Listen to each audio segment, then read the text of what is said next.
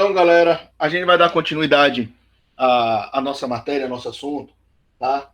Já ainda continuando na matéria da segunda unidade, e hoje a gente vai falar sobre a figura da capacidade testamentária, certo?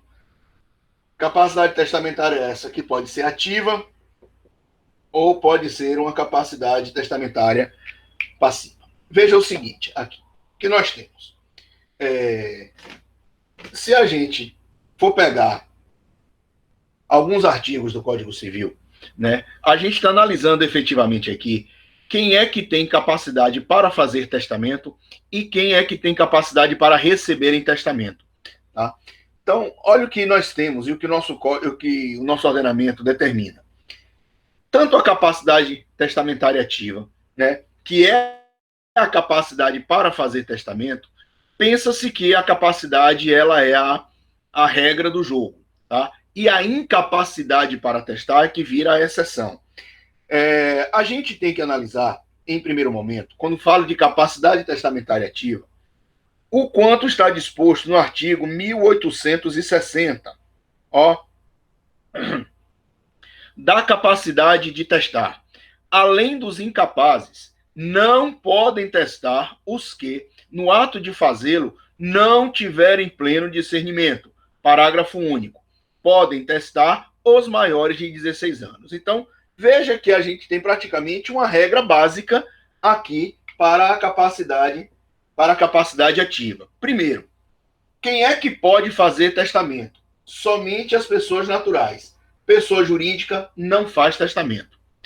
E nós temos, para as pessoas naturais, a regra de que as pessoas têm que ter mais de 16 anos e não podem, essa é a primeira regra, e a segunda regra, elas têm que ter pleno discernimento para poder fazer testamento. Tá certo? Aqui.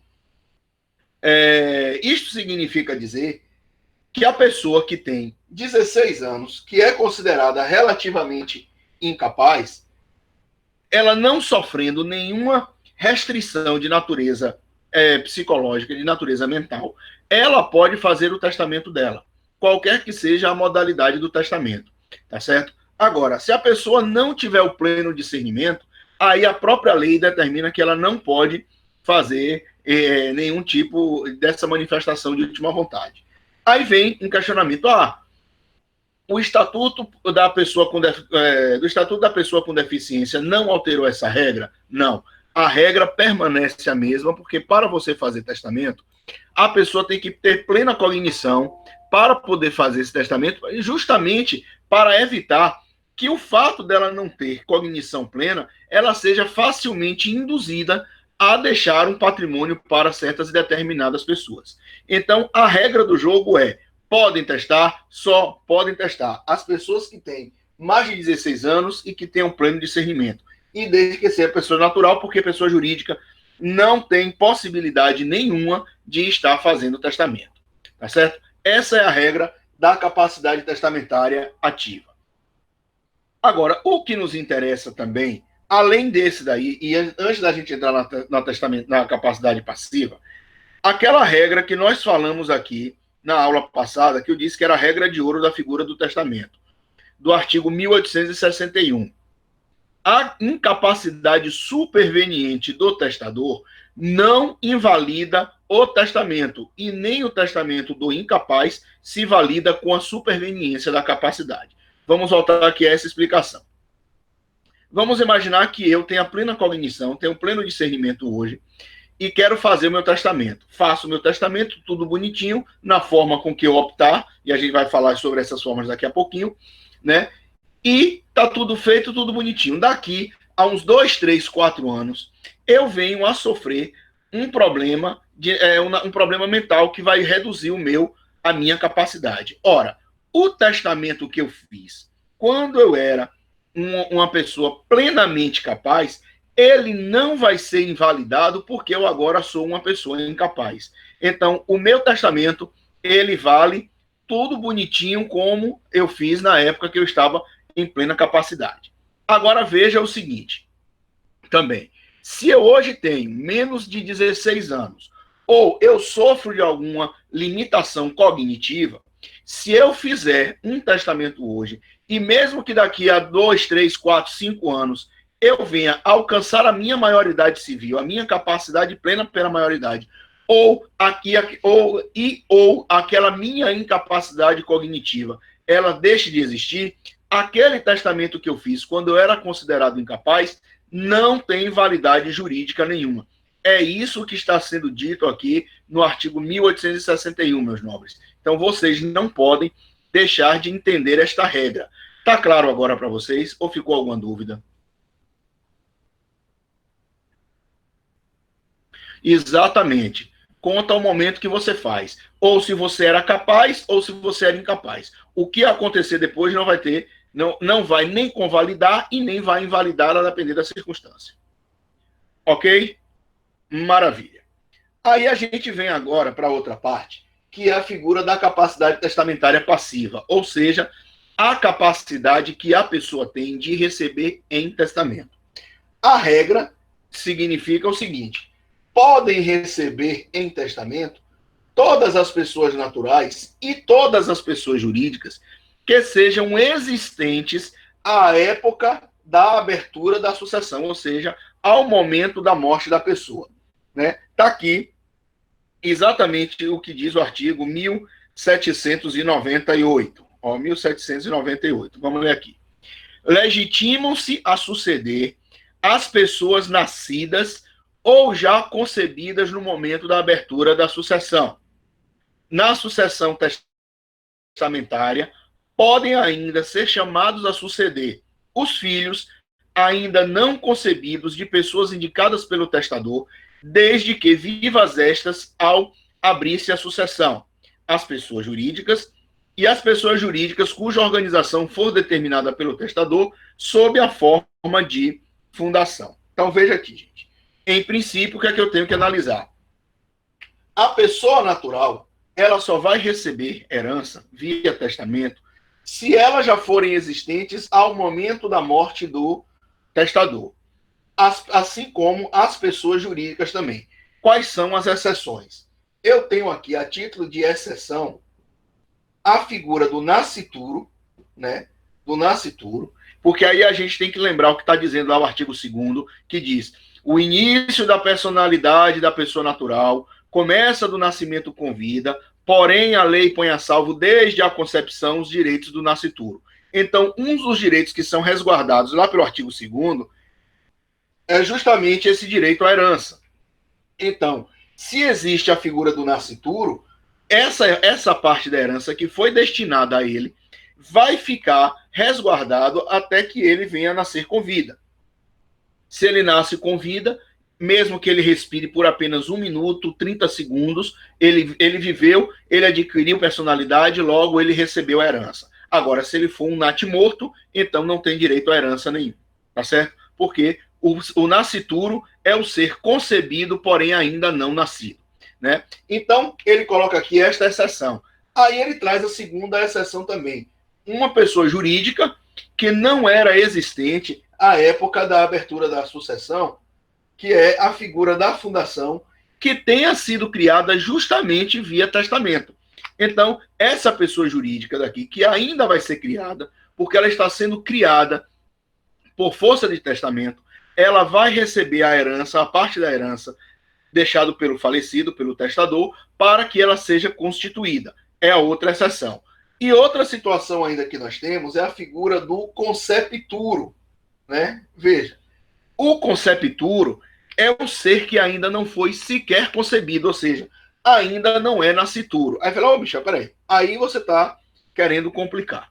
Como é que você me diz que para a pessoa receber em testamento, ela tem que ser existente? Beleza, a figura do nascituro tá legal.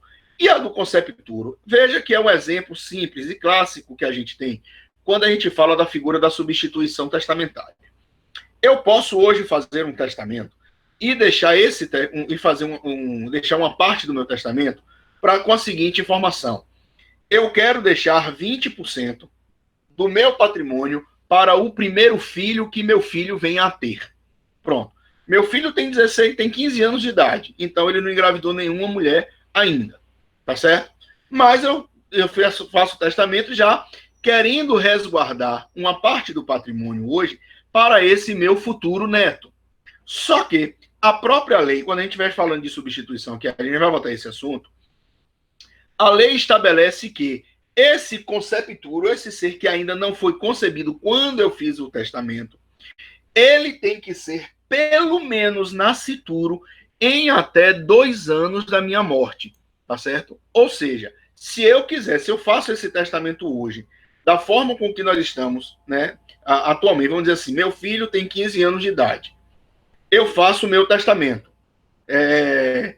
e daqui a um ano eu venho a óbito, daqui a um ano meu filho tem 16, ou seja, até 2023, meu filho tem que ter pelo menos engravidado uma mulher para que o neto dele, que o filho dele, meu neto, venha receber esta parte da herança que eu deixei em meu testamento.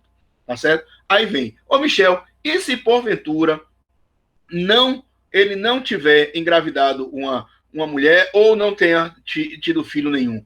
Então, caduca o testamento. Veja que nós já falamos de caducidade. Caduca o testamento em relação a esta parte, e isso volta para a minha esfera, para o meu acervo patrimonial, para ser dividido entre todos os herdeiros que tenham a sucessão legítima. Entenderam, gente, isso? Entenderam essa parte?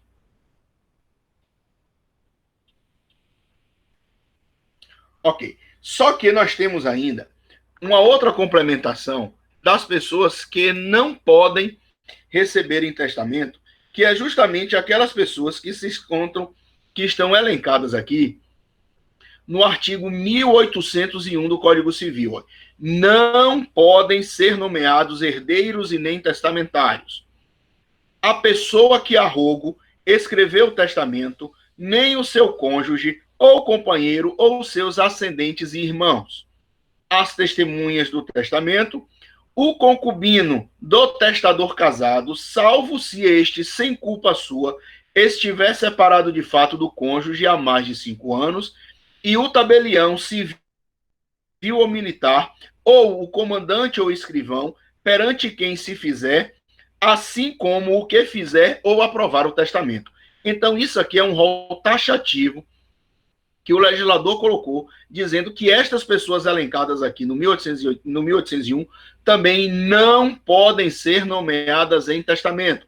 Caso venham a ser, é caduco, né? Não vale, não tem validade jurídica nenhuma essa disposição testamentária. Tá certo? Então, aquilo que ficou designado para essas pessoas, por exemplo, para a testemunha do meu testamento, que ela não pode receber, então esse quinhão que eu deixei para ele volta para o meu acervo hereditário para ser redistribuído entre os meus demais herdeiros. Entenderam, gente, essa parte daí? Beleza? O testamento para a pessoa jurídica segue a mesma regra para a pessoa física. Possível apenas a parte disponível, caso tenha herdeiro nessa. Exatamente, Anderson. Exatamente. Ah. O que é, Magno? Qual foi a parte que você não entendeu, Magno? Eu estou falando das pessoas que podem fazer testamento e as pessoas que não podem receber em testamento. Qual foi a informação demais? O que está lá anotado no código?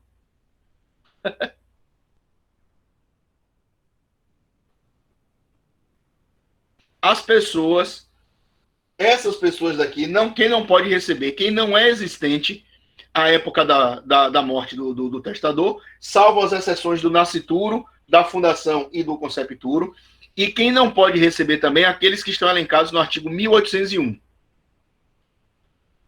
Não sendo essas pessoas, qualquer outra pessoa pode receber em testamento, seja pessoa natural, seja pessoa jurídica. Beleza. Ok? Então aqui a gente sai dessa parte de capacidade testamentária agora e a gente entra exatamente na figura dos nossos testamentos, né? Veja o seguinte. Antes da gente adentrar em todos os testamentos aqui, é importante que a gente se lembre de um conceitozinho de testamento, né? Que o testamento é um ato solene, né? Que exige efetivamente uma forma escrita né, e requisitos substanciais cuja inobservância vão tornar nulo essa disposição de última vontade do autor da herança. Então, testamento é uma declaração unilateral de vontade da pessoa para disponibilizar parte dos seus bens para certas e determinadas pessoas ou fazer outras disposições, né, acerca do seu patrimônio, né, como ele pode fazer testamento também, que não seja de conteúdo meramente patrimonial. Pode existir no testamento um objetivo de a pessoa tem que fazer tal coisa. Não pode fazer isso não. Em princípio, você não pode criar essa condição. Mas a gente vai verificar algumas situações parecidas com essa sua pergunta. Mas eu não posso fazer isso não. Tá certo? Em princípio, não. Porque eu não posso criar a condição. Ok? Porque não existe encargo efetivamente no testamento, já que o testamento é algo gratuito que não vai ter benefício nenhum para o testador. Tá certo? Agora, existem algumas exceções quando a gente fala da figura do legado. A gente vai falar dele depois. Ok? Tá certo? Então, veja. Como o testamento ele é um ato solene, né, ele tem a sua formalidade e o próprio Código Civil ele vai definir quais são essas formalidades que cada tipo de testamento ele exige. Em primeiro momento, aqui a gente tem que analisar quais são as formas de testamento que nós temos.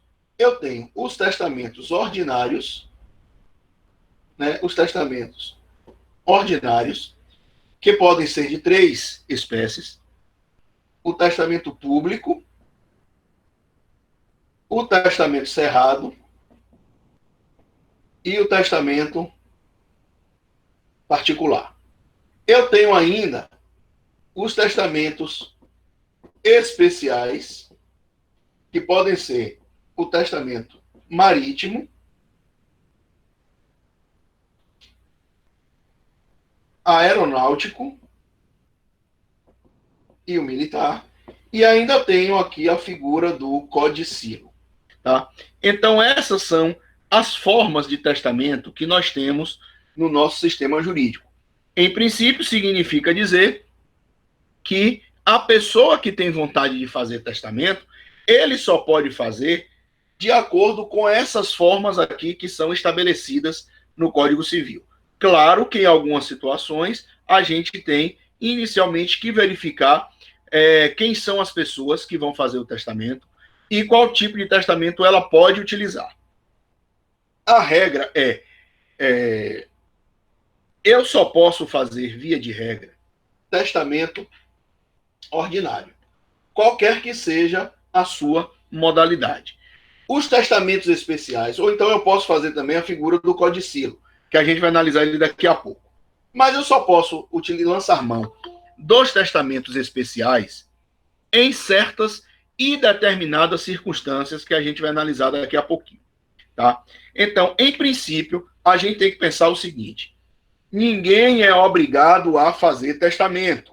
Ninguém é obrigado a fazer testamento. A pessoa faz testamento se ela quiser e quando ela quiser fazer. Tá certo? Agora, inventário não. Inventário, obrigatoriamente, toda pessoa que morre tem que ter o seu inventário aberto.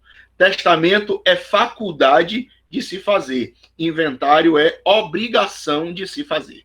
Tá certo? Então vamos lá. A gente vai começar, até de acordo com o que o Código estabelece, né, a figura do testamento público primeiro, que está elencado aqui nos artigos 1864 a 1867. Veja que só são 3 artigozinhos praticamente que a gente tem que analisar. Veja o que diz o artigo 1864 falando do testamento público. São requisitos essenciais do testamento público ser escrito por tabelião ou por seu substituto legal em seu livro de notas, de acordo com as declarações do testador, podendo este servir-se de minuta, notas ou apontamentos. Inciso 2. Lavrado o instrumento, deve ser lido em voz alta pelo tabelião ao testador e a 2 testemunhas, a um só tempo, ou pelo testador, se o quiser, na presença destas e do oficial. Ser um instrumento em seguida à leitura, assinado pelo testador, pelas testemunhas e pelo tabelião. Parágrafo único. O testamento público pode ser escrito manualmente ou mecanicamente, bem como ser feito pela inserção da declaração de vontades em partes impressas de livro de notas, desde que rubricadas todas as páginas pelo testador, se houver mais de uma página. Então, veja. Esse testamento público, ele está trazendo, logo, esse artigo 1864, ele já está trazendo algumas informações que são cruciais aqui para a gente. Veja, ele tem que ser escrito por tabelião ou por seu substituto legal, né? Tem que ter sido ditado, né? Tem que ser ditado ou com as informações anotadas pelo testador, na presença de duas testemunhas, gente. Isso é importante, duas testemunhas. E tem uma informaçãozinha que o nosso ordenamento aqui se passou, mas tem que ser feito até porque é uma questão lógica. Por se tratar de uma escritura pública, ele só pode ser feito em idioma nacional. Ele não pode ser feito, esse testamento, em língua estrangeira. Tem que ser em língua nacional. Tá certo? Agora, o que é que efetivamente cai em prova? Além dessa figura das testemunhas, da quantidade de testemunha, ele tem algumas complementações de quem sejam as pessoas que podem fazer testamento público, né? O testamento ordinário na forma pública. Veja o que diz aqui. Artigo 1865.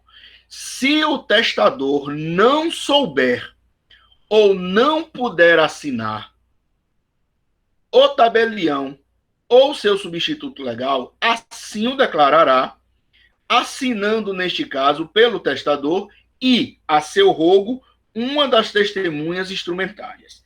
Né? Vou ler aqui o restante para a gente voltar para essas informações. 1866. O indivíduo inteiramente surdo, sabendo ler, lerá o seu testamento e, se não souber, designará quem o leia em seu lugar presente às testemunhas. Ao cego, só se permite o testamento público, que ele será lido em voz alta 2 vezes, uma pelo tabelião ou por seu substituto legal, e outra por uma das testemunhas designadas pelo testador, fazendo-se de tudo circunstanciada a menção no testamento. Então, veja. No momento em que o artigo 1866, ele coloca a seguinte informação: o indivíduo inteiramente surdo, sabendo ler, né, ele vai ler o seu testamento. E se não souber, ele vai designar quem leia em seu lugar presente as testemunhas. Isso significa dizer o quê? Que a pessoa que é muda ou surdo-mudo, ele não pode fazer testamento público, porque ele vai ter que ler, né, ou tem que saber ler. Então, a pessoa que é surda-muda, ela não pode fazer testamento público. Se ele for apenas surdo, pode. Se ele for analfabeto, ele só pode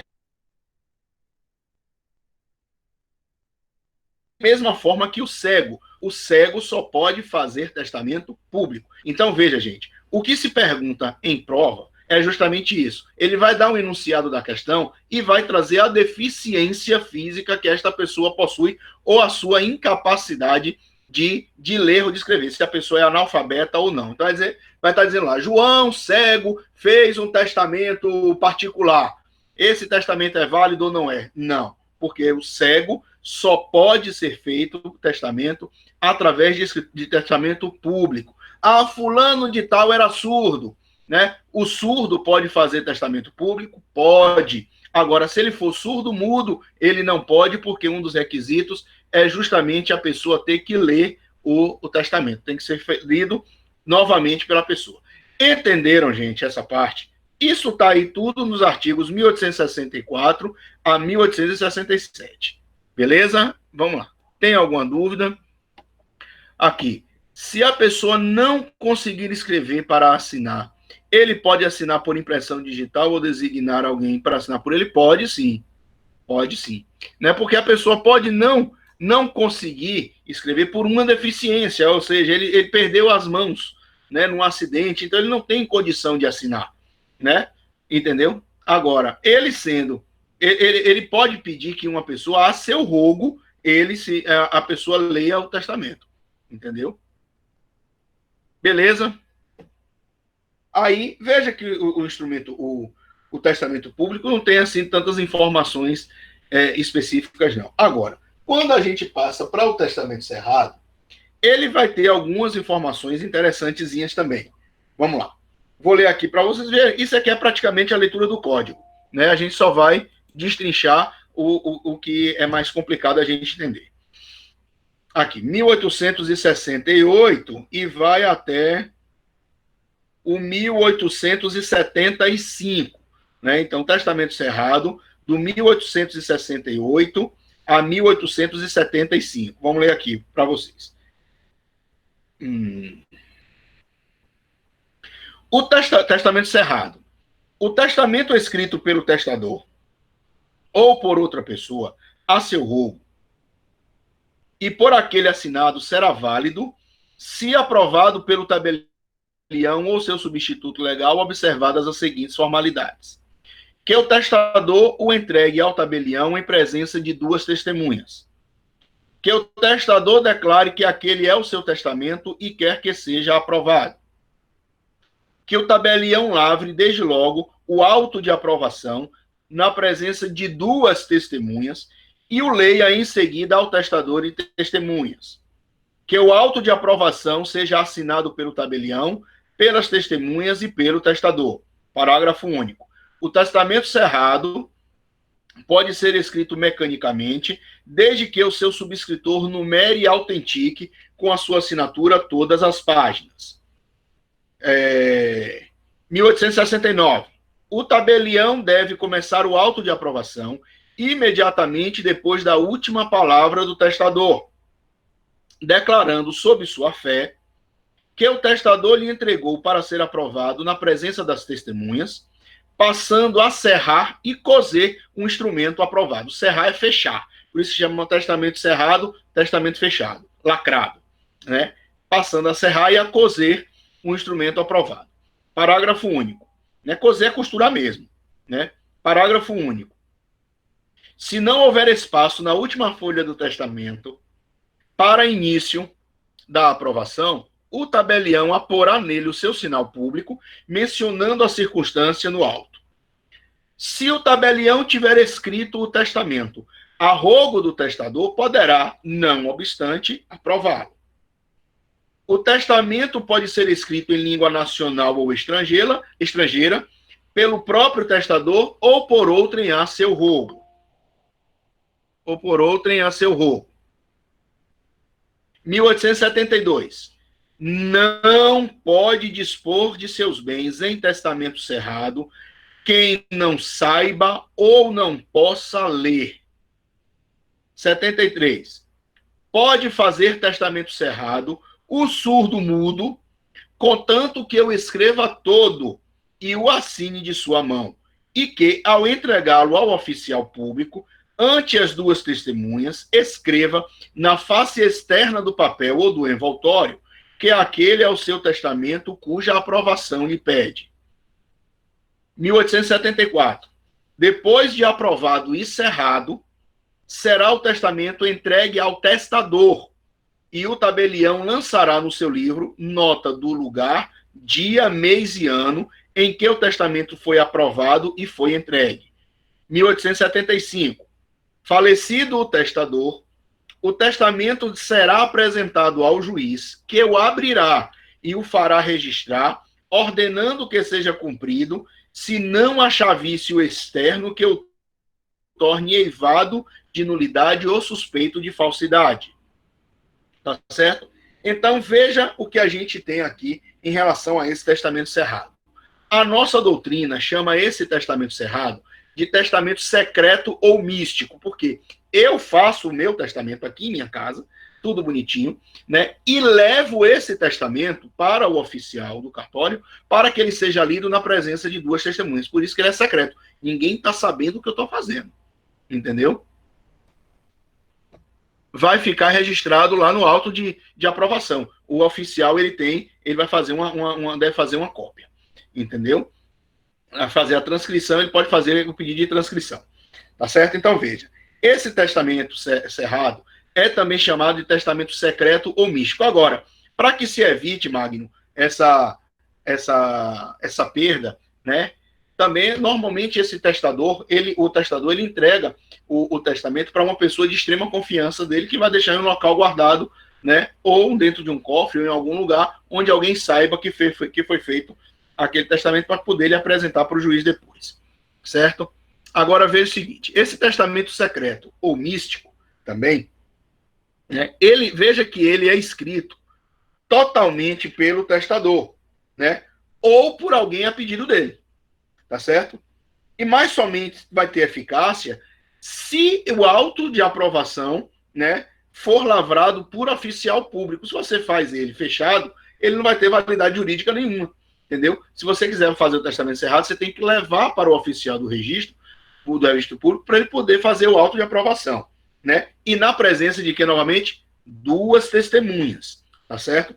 Ele tem algumas informações interessantes, porque se quando a pessoa vem a óbito, como ele é fechado, ele é lacrado, tem que ser entregue de forma incólume ao juiz, porque é o juiz que tem que abrir o testamento, tá certo? Então, se o juiz ele verificar que aquele testamento não está mais lacrado, né, ele vai tentar buscar os motivos que aquele testamento foi aberto, e se ele perceber que foi aberto sem a anuência dele, ou se tenha sido aberto por uma outra pessoa, né, ele pode simplesmente invalidar o testamento, né? Então, veja que o próprio artigo ele diz lá, né, 1875, falecido o testador, o testamento deverá ser apresentado ao juiz que o abrirá e o fará registrar a abertura, ordenando que o testamento seja cumprido se não achar vício externo que torne eivado de vício ou que torne eivado de nulidade ou suspeito de falsidade. Porque o juiz ele pode entender que aquele testamento ele foi aberto com a intenção de modificar as cláusulas testamentárias para beneficiar A, B ou C.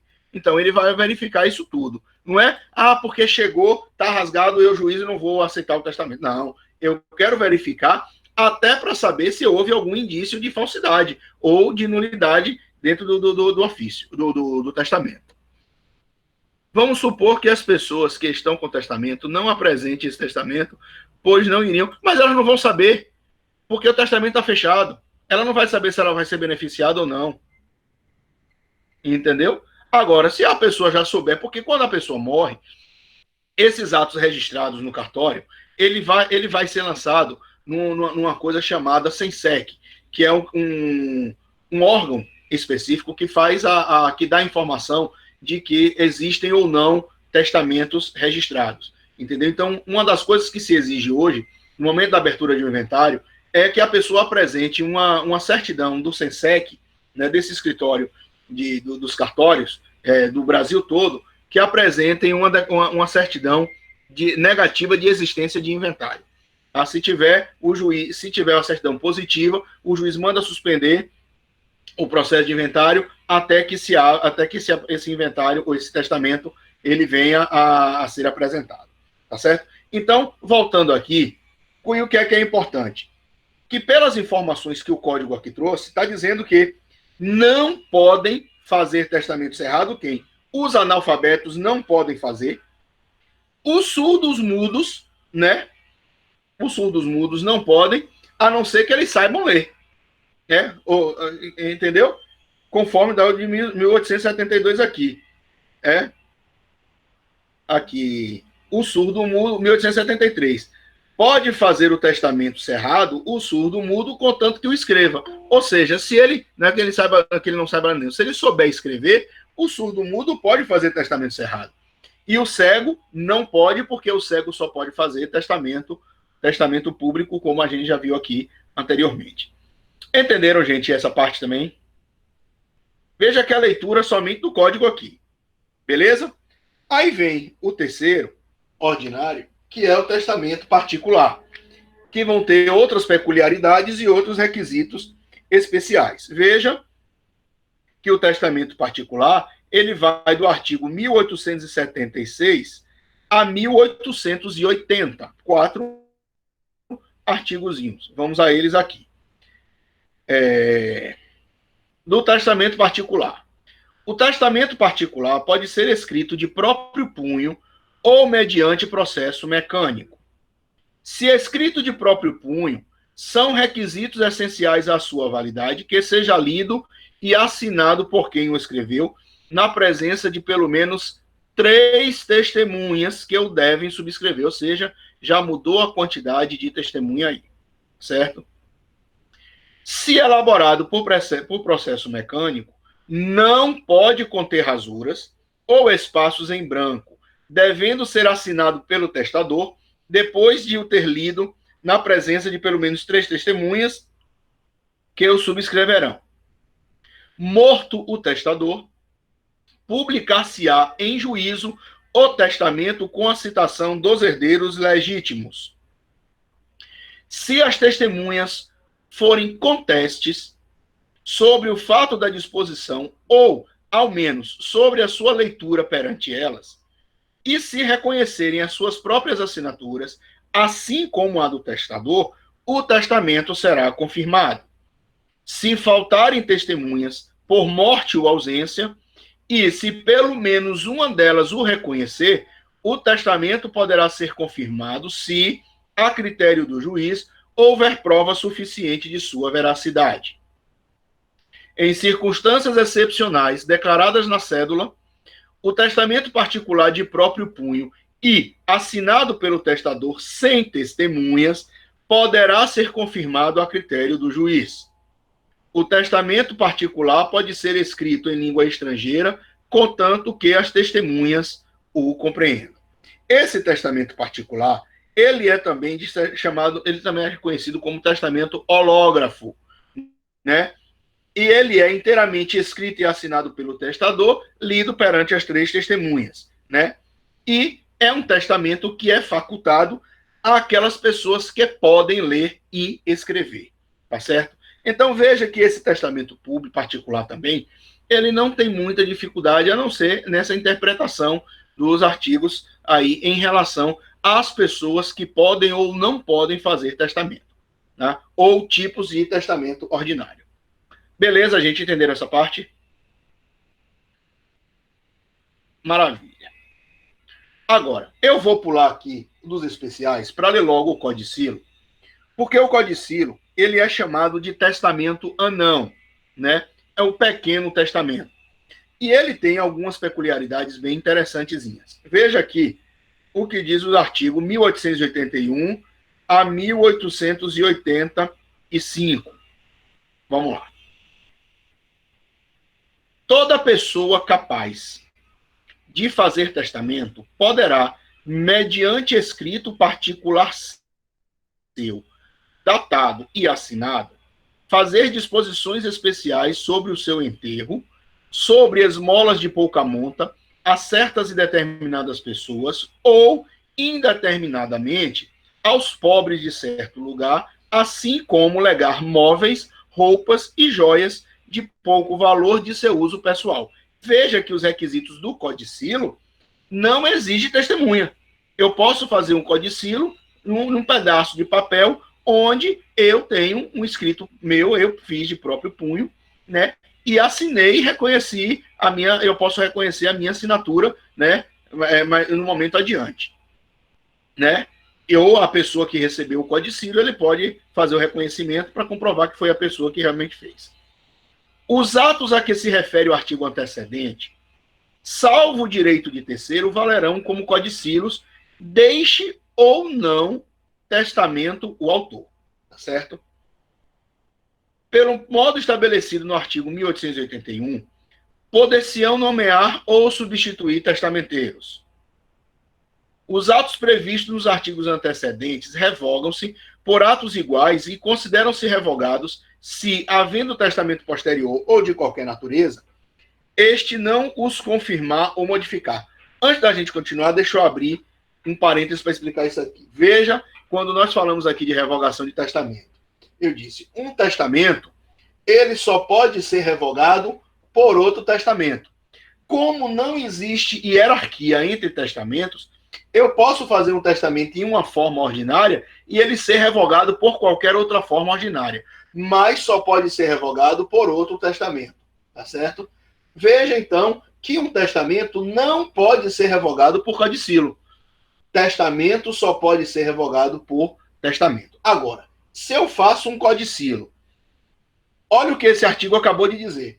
Eu posso revogar um codicilo por outro codicilo, como eu posso revogar um codicilo por outro testamento, por um testamento posterior, né? Ou, se o testamento posterior, ele não confirmar, né? Porque eu não preciso fazer um testamento e uma cláusula expressa revogando o codicilo. Basta, nesse Novo Testamento aqui, eu não fazer menção nenhuma ao codicilo, ele já é presumidamente revogado. Ou seja, se eu faço um testamento posterior ao codicilo e quero que o codicilo também tenha validade, eu tenho que abrir uma disposição testamentária no Novo Testamento, informando que eu estou confirmando o testamento ou modificando algumas situações do testamento. É isso aqui que está determinado no 1884. Aqui, ó, os atos previstos nos artigos antecedentes revogam-se por atos iguais. Codicilo revoga codicilo. E consideram-se revogados se, havendo um testamento posterior de qualquer natureza, este testamento não confirme ou modifique o codicilo, né? Aí vem o último artigo do codicilo que diz: se estiver fechado o codicilo, abrir-se-á do mesmo modo que o testamento cerrado. Pronto. Então você pode ter um codicilo nos mesmos moldes de abertura do testamento cerrado.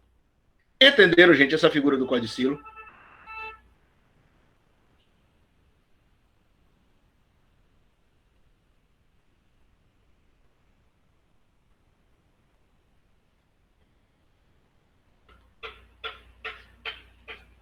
Ok? Maravilha. Agora eu vou apagar aqui, porque ele vai falar aqui dos testamentos especiais agora. E aí eu vou precisar aqui do quadro. Como eu disse para vocês, o testamento especial, ele é permitido apenas... eu entendi. Sim, tem muitas informações. Aí é destrinchar o que é a monta, o que é a joia de pequeno valor.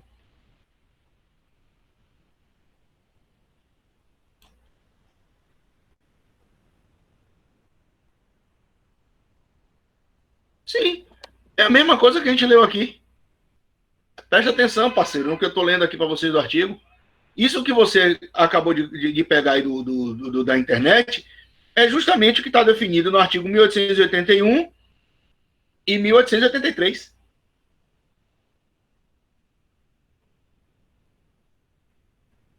Ok? Então vamos lá. Agora, quando você fala aqui de testamento especial, esse testamento especial, eles são permitidos quando certas pessoas são colocadas em condições bem peculiares, tá? Eu tenho o testamento marítimo, o testamento aeronáutico e o testamento militar. Veja o que a gente lê aqui dos artigos, né? 1888, que começa falando dos testamentos especiais, que ele fala logo de cara, tanto do testamento marítimo quanto do testamento aeronáutico. 1888. Aquele que estiver em viagem a bordo de um navio nacional, de guerra ou mercante, pode testar perante o comandante em presença de duas testemunhas, por forma que corresponda ao testamento público ou cerrado. O registro do testamento será feito no diário de bordo. Quem estiver em viagem a bordo de aeronave militar ou comercial pode testar perante pessoa designada pelo comandante, observado o disposto no artigo antecedente. O testamento marítimo ou aeronáutico ficará sob a guarda do comandante, que o entregará às autoridades administrativas no primeiro porto ou aeroporto nacional contra recibo averbado no diário de bordo. 1891, importante esse artigo.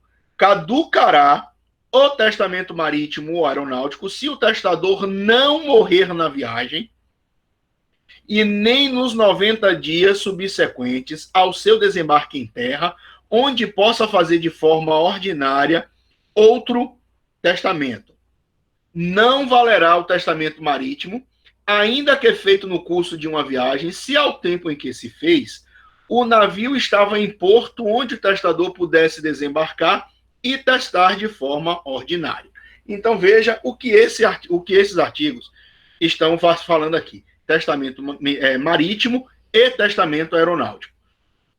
A pessoa que esteja em viagem de navio, né, ou aeronave, né, ela pode requerer ao comandante que eles tomem por termo o seu testamento, e esse testamento ele ficará registrado no diário de bordo da aeronave, né, da nau ou da aeronave. E assim que se chegar no porto ou aeroporto, o comandante deve entregar esse testamento, que vai ser feito perante duas testemunhas. Ele tem que entregar para a primeira autoridade administrativa do porto ou do aeroporto, tá certo? Só que esse testamento ele tem uma eficácia de, a priori, no prazo de 90 dias. Ou seja, se a pessoa faz o testamento marítimo ou aeronáutico e ela morre, o testamento marítimo vale mesmo que ela tenha feito um testamento ordinário anterior, porque o testamento marítimo aeronáutico foi um testamento especial para aquela circunstância e tem validade jurídica porque a pessoa faleceu no navio ou no avião. Ou se a pessoa desembarcou, né, em porto ou aeroporto e ela tem a possibilidade de, dentro de 90 dias, fazer um testamento ordinário, esse testamento marítimo ou aeronáutico somente terá validade durante esse prazo de 90 dias. Se a pessoa não fez testamento ordinário, né, dentro dos 90 dias e não morreu, o testamento público, ou testamento marítimo ou aeronáutico, ele perde a sua eficácia. Ô, Michel, mas e se o testador ele desembarcou e dentro de 90 dias ele não fez o testamento ordinário porque ele se encontrava incapaz para testar? Então, o testamento marítimo ou aeronáutico tem validade jurídica. Tá certo? Beleza? Então, veja que é uma forma, inclusive, de caducidade do testamento. Quando a gente falou de caducidade, o exemplo que eu trouxe foi esse aqui. A pessoa que fez testamento marítimo ou aeronáutico, ela desembarcando viva, ela tem 90 dias para fazer o testamento. E aí, se dentro dos 90 dias ela tinha a condição de fazer e não fez testamento ordinário, o testamento marítimo ou aeronáutico, ele caduca. Pronto, caducou, não tem validade jurídica mais nenhuma. Se já havia um testamento anterior, plena validade do testamento anterior. Se não tem, aplica-se a sucessão legítima. Beleza, gente? Entenderam isso daí?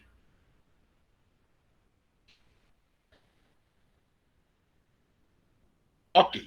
Aí vem o testamento militar, que está aqui nos artigos 1893 e seguintes. O testamento dos militares e demais pessoas a serviço das Forças Armadas em campanha, dentro do país ou fora dela, ou fora dele, assim como em praça sitiada, ou que esteja de comunicações interrompidas, poderá fazer-se, não havendo tabelião ou seu substituto legal, ante 2 ou 3 testemunhas, se o testador não puder ou não souber assinar, caso em que assinará por ele uma delas, né? Se o testador pertencer a corpo ou seção de corpo destacado, o testamento será escrito pelo respectivo comandante, ainda que de graduação ou posto inferior. 1893. Se o testador estiver em tratamento em hospital, será escrito pelo respectivo oficial de saúde ou pelo diretor do estabelecimento. Se o testador for o oficial mais graduado, o testamento será escrito por aquele que o substituir. Se o testador souber escrever, poderá fazer o testamento de seu punho. Contanto que o date e assine por extenso, e o apresente aberto ou cerrado, na presença de duas testemunhas ao auditor, ou ao oficial de patente que ele faça às vezes nesse mistério. 1893 e seguintes, Marina. Parágrafo único. O auditor ou oficial a quem o testamento se apresente notará em qualquer parte dele lugar, dia, mês e ano em que ele for apresentado. Nota esta que será assinada por ele e pelas testemunhas.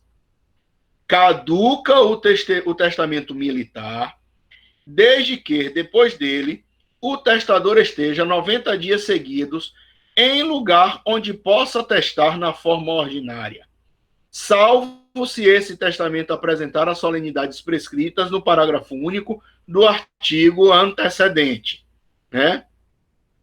1896. As pessoas designadas no artigo 1893, estando empenhadas em combate ou feridas, podem testar oralmente, confiando a sua última vontade a duas testemunhas. Parágrafo único. Não terá efeito o testamento se o testador não morrer na guerra ou convalescer do ferimento. Veja o seguinte. A primeira historinha que vem. Testamento militar é só para militar? Não. Se eu sou um civil e estou a serviço das Forças Armadas, Exército, Marinha ou Aeronáutica, eu posso fazer testamento militar se eu estiver dentro da campanha, né, de guerra onde estejamos envolvidos, né, a campanha bélica ou em praça sitiada, tanto no país quanto fora do país, tá certo? Então, qualquer pessoa que esteja a serviço das Forças Armadas, né? Veja que a gente coloca, que o legislador aqui colocou, que eu posso fazer o testamento assemelhado tanto ao testamento público, se eu tiver duas testemunhas, como eu posso fazer através assemelhado ao testamento particular, se eu tiver a presença das três testemunhas, né? E aí, o legislador, nesse último artigo que eu li aqui para vocês, ele cria uma espéciezinha interessante de testamento militar chamado de testamento nunculpativo, ou seja, daquele da pessoa que está prestes a morrer, que é uma exceção, uma regra, de que o testamento ele tem que ser feito de forma escrita. Veja aqui, 1896, vou ler de novo para vocês. As pessoas designadas no artigo 1893, estando empenhadas em combate, ou seja, na linha de frente lá, na guerra, na batalha, ou feridas, elas podem testar oralmente, confiando sua última vontade a duas testemunhas, ou seja, o nunculpativo, ele se assemelha ao público pela quantidade de testemunhas. Ainda que a gente não tenha a formalidade de falar perante um oficial, porque aqui as duas testemunhas podem ser dois soldados, dois enfermeiros que não sejam oficiais de patente. Parágrafo único. Se não terá efeito esse testamento nunculpativo, né, se o testador não morrer na guerra ou ele convalescer dos ferimentos. Quer dizer, se a gente estiver na guerra e o tadinho só estiver coligado do lado, não pode ser feito, não vai ter validade jurídica nenhuma, meu amigo. Entendeu? Tem que ter duas testemunhas. Tá certo? Então, antes de ir para a guerra, faça seu testamento. É mais fácil. Beleza? Corre o risco, né? Beleza, gente. Então, veja, esse assunto daqui é um assunto das formas de testamento. Eu não vou adiantar mais o assunto, porque senão a gente termina praticamente com pouco assunto para a gente discutir em outras aulas futuras, né? Só vou desligar aqui a gravação e a gente continua batendo um papo aqui.